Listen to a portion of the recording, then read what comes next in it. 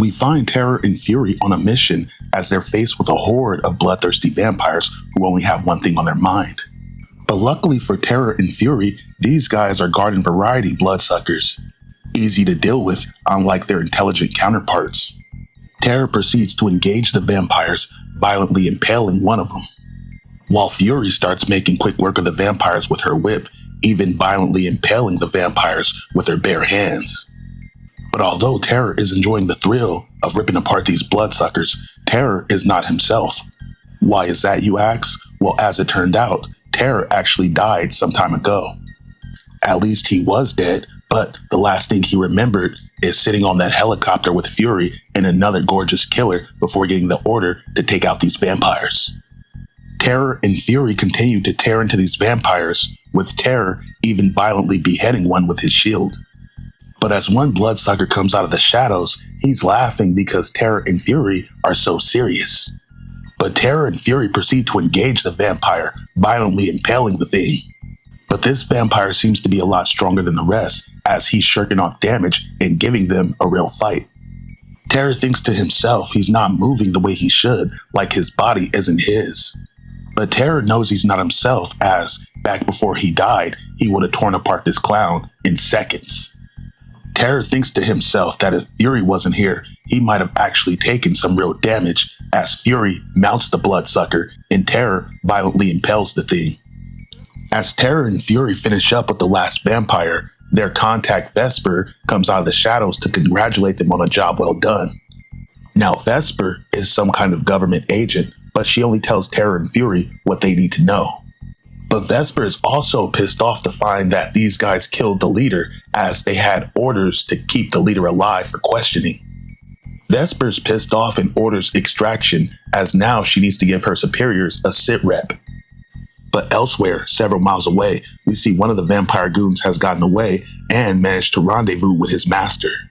The vampire delivers a serum to his master, and his master states that once this serum is perfected, they'll no longer need to hide in the dark, and it will take much more than a stake in the heart to kill them. But back at S.H.A.D.E headquarters, Vesper rendezvous with her superiors to let them know, although the mission was a success, the primary objective was botched.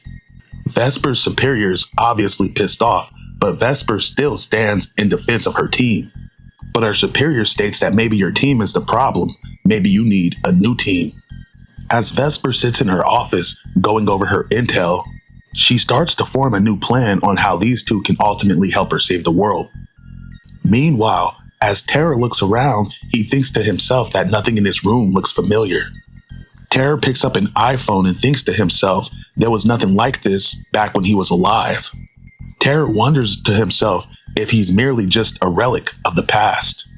All Terror really knows about the past is his family and their murder are his anchors, as well as the murder of himself. But no matter, Vesper has intel on where their next target is going to be. So Vesper sends Fury and Terror into the drop zone via helicopter.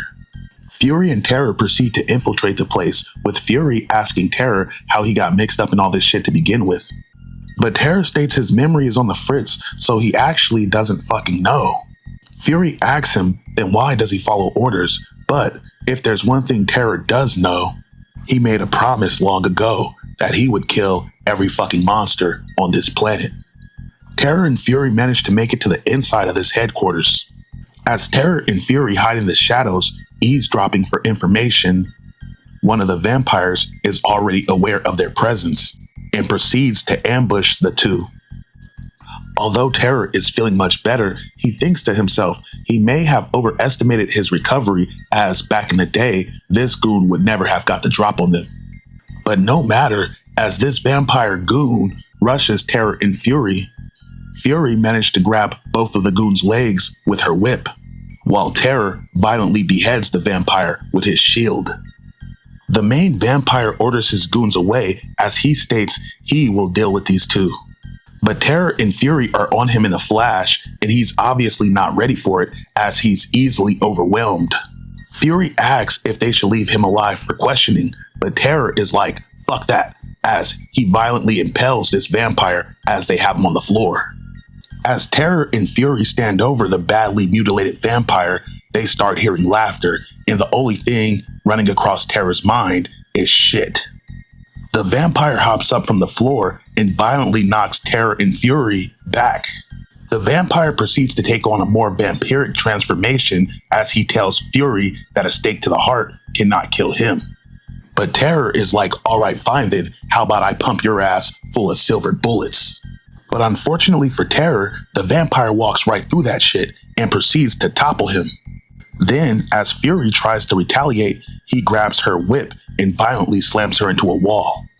Terror and Fury are like fuck, as this vampire is turning out to be a much harder night than they expected. Terror and Fury also wonder if Vesper sent them in here knowing they had no chance. The vampire tells Terror that he was there and he saw him die, but he'll be happy to help him into the grave once again.